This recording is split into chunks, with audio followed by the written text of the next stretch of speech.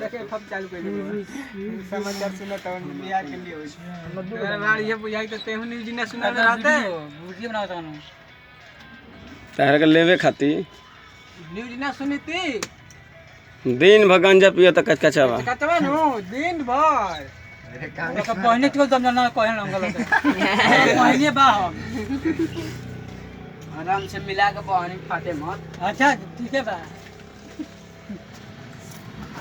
देखो कहले के चलते भागे लागल चलो कहाँ जीबो सब कोई स्थावर बैठल बा सब है 10 गो 25 ऊपर प्रेमी है दोस्त